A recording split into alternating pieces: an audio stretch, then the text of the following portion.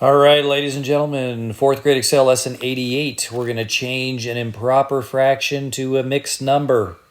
Improper fractions are fractions where the numerator and denominator are equal or the numerator is bigger than the denominator. So let's take a look at this here. The fraction 4/4 says that you are referring to all 4 parts of a pie that has been cut into 4 equal pieces, or anything that's been cut into 4 equal pieces, not just a pie. A simpler way of saying this is to use the whole number 1. 4/4 is equal to 1 because 4 pieces out of 4 cut pieces is 1 whole whatever you cut into the pieces. So an improper fraction would be like 4/4 or 5/4 or 6/4, anything that's 4/4 or higher. And a proper fraction would be 3/4 or 2/4. That's what we're used to seeing for fractions, right? All right, let's take a look at number 1 here. 8/4 is equal to 2. Here's proof of it. Here's 1 whole cut into 4 parts. 1, 2, 3, 4. Here's another whole cut into 4 parts. So you have 1, 2, 3, 4, 5, 6, 7, 8/4. That's what that means. And what do you have? 1 whole, 2 holes. 2 holes. The denominator tells you that each whole will have 4 equal parts. Since you have 8 of these parts, then you must have 2 holes. Here's another one right here, number 2. 7/4. There's 1, 2, 3, 4, 5, 6, 7/4. This one right here is 1 whole. This part right here is 3/4. So 7/4 is equal to 1 whole and 3/4. 1 and 3/4. All right, when the numerator of a fraction is greater than or equal to the denominator, it is called an improper fraction. This is an improper fraction. This is an improper fraction. Convert each of these improper fractions to a whole number or a mixed number. Mixed number is this right here. That is a mixed number. It means that you're mixing up together a whole number and a fraction. We're mixing those together. It's called a mixed number. All right, here we go. We might have to draw pictures, it says, if we need help. 5/3. Let's do this one together. I'm going to make rectangles because I don't like making thirds in circles. And I'm going to draw lines like that. That's not very that's not very equal. But let's see. I'll undo that and do a better job. I like that. That's a little bit better. Okay. So there's 3/3. 1, 2, 3/3. Now we got to make another hole to get our 5/3.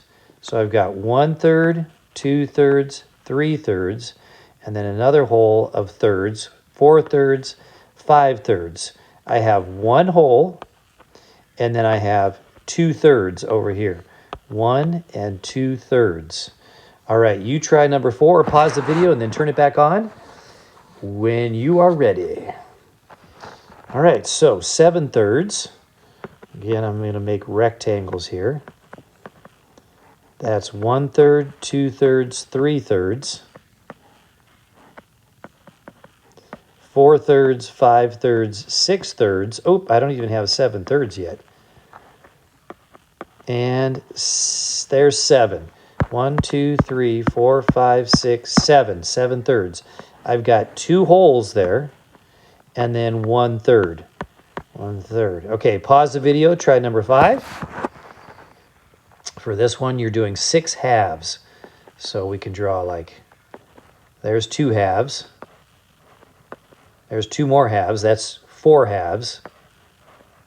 And there's 2 more halves. That's 6 halves. 1, 2, 3, 4, 5, 6 halves, which is equal to 1 hole, 2 holes, 3 holes.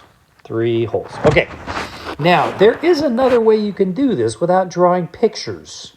Have you noticed that this is kind of like a division problem right here? 5 divided by 3. 3 goes into 5 one time, remainder 2. And we keep the same denominator, 1 and 2/3, because 5 divided by 3 is 1 remainder 2. 7/3. 7 divided by 3 is 2, because 2 times 3 is 6, with 1 left over. 2 and 1/3. So 7/3 is like a division problem. 7 divided by 3. Look at this one. That's 6 divided by 2. That's easy. 6 divided by 2 is 3. 3 wholes. This one can be like a division problem too. 5 divided by 1. What is 5 divided by 1? Well, it's 5. No remainders. So we have no mixed number, no fraction. Try number 7 by yourself. Pause the video. All right, so you should have already done this. We're doing 13 divided by 5. How many 5s are in 13? 2, and that makes 10, right? And so then what's left over is 3/5. Now, another way to look at this one, this might help some of you that might be a little confused at this point. 13/5 is kind of like 5/5 plus 5/5 plus 3/5. Do you see that? 5, 5, and 3 adds up to 13. So here we have a whole. That's 1 whole, and that's 3/5. If you'd like to write it that way, you can as well. Okay, try number 8. Pause the video and do that one. 11/4, you should have already done it, is 11 divided by 4. There are 2 4s in 11, 4 and 8. So we have 4/4 plus 4/4, that's 8/4. And then what's left over after you're at 8? Well, 3 more, 9, 10, 11. 3 more fourths needed to get to 11/4. So the answer is 2 and 3/4. All right, go ahead and do all the rest of these right here. Pause the video. Turn it back on when you're ready for the solutions. 16/6. How many 6s are in 16? There are 2. That makes 12. Okay, so you have 6/6 plus 6/6 plus, that's 12/6. What's left is 4/6. You guys that are real good at fractions know that 4/6 is the same thing as 2/3. 8 divided by 1 is 8. That's easy. 12 divided by 3. How many 3s are in 12? 3, 6, 9, 12. Okay, so that's 4 of them. That's the end of that lesson. Woo, that was a little tricky. Oh, no, we don't want to do that. No, we don't want to do that. Cancel that. Okay, I hit the wrong